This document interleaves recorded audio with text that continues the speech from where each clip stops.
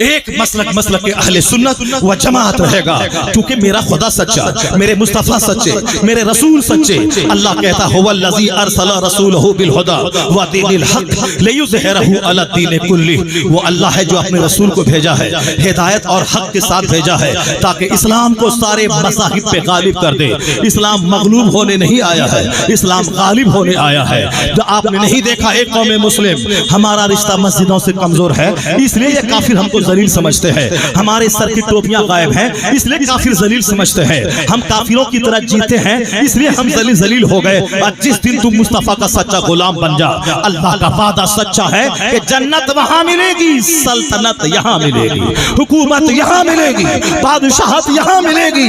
اللہ نے کہا یہ دین غالب ہو کے رہے گا تو اسلام غالب ہو کے رہے گا۔ اور اللہ کا وعدہ 1400 سال میں جتنا مصطفیٰ نے بشارت سنائی تھی وہ سارے وعدے پورے ہو گئے۔ اللہ نے کہا تھا کہ دنیا میں تیری سلطنت ہوگی، تو عرب کے بکری چرانے والوں نے اسلام کا ساتھ دیا تو اللہ نے ایران جیسا مجوسیوں کا ملک مسلمانوں کے حوالے کر دیا۔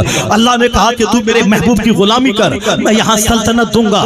دوسری مہاشکتی روم کی تھی، وہ روم فاروق اعظم کے زمانے میں اس پہ فتح کا جھنڈا گاڑا گیا اور وہاں 1000 سال تک مسلمانوں کی سلطنت رہی۔ اللہ کے رسول نے کہا تھا مجھے پورب سے خوشبو آ رہی ہے۔ ہندوستان میں کوئی کلمہ پڑھنے والا نہیں تھا، محمد ابن قاسم 4000 اپنے جوان سپاہیوں کے ساتھ انڈیا میں آیا اور راجہ طاہر کے 2 لاکھ فوج سے ٹکرا گئے تو اللہ نے کیا دیا؟ 1000 سال تک کے لیے ہندوستان کی زمین کلمہ پڑھنے والوں کے حوالے کر دیا۔ تم صرف گھر سے باہر نکل، ہمت کر، محنت کر، فتح تو اللہ کی طرف سے ملتی ہے، فتح اللہ کی طرف سے ملتی ہے اور جیت اللہ کی طرف سے ملتی ہے، بھیڑ بھاڑ سے جیت نہیں ملتی ہے۔ محمد ابن قاسم کا آنا ہمارے لیے ہندوستان میں پاؤں کا جمنا ثابت ہوا۔ امریکہ اور چائنا اور جاپان میں بھی آج اسلام اسٹیبل ہے۔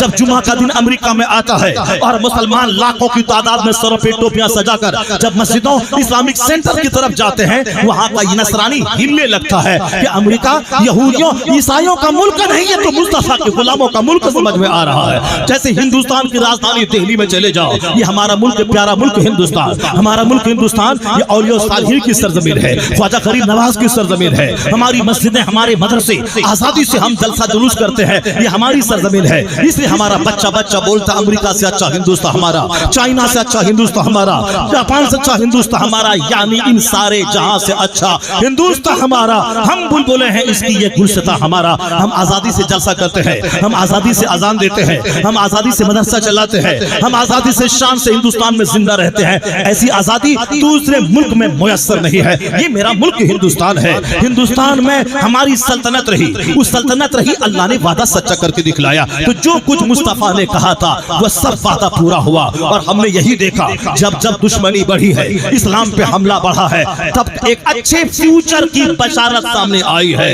پہلا دن جس دن مصطفیٰ نے نبوت کا اعلان کیا تھا 4 لوگوں نے کلمہ پڑھا۔ سب سے پہلا کلمہ صدیق اکبر نے پڑھا، آپ کی بیوی جناب خدیجہ نے پڑھا، آپ کا غلام زید بن حارثہ نے پڑھا اور آپ کا چچا زاد بھائی علی نے پڑھا۔ یہ 4 لوگ تھے جو پہلے اسلام لائے، آپ کی بیوی، آپ کا چچا زاد بھائی، آپ کا غلام، آپ کا دوست رفیق صدیق اکبر، اس نے کلمہ پڑھا۔ 4 لوگوں نے کلمہ پڑھا۔ کچھ دن تک تو یہ لوگ آپ چھپے رہے، لیکن جب کافروں کو بھنک لگی کہ 4 لوگوں نے کلمہ پڑھا ہے اور محمد ابن عبداللہ نے نبوت کا اعلان کیا ہے، کہا میں اس کے خلاف دشمنی کروں گا، اس کے خلاف میں جنگ چھیڑوں گا، نہیں پڑھنے دوں گا کلمہ، اور یہ ہمارے بتوں کے خلاف ایک تحریک ہوگی، میں اس تحریک کو نہیں چلنے دوں گا، میں تعداد گھٹا دوں گا۔ جب دشمنی بڑھی 40 لوگوں نے کلمہ پڑھ لیا۔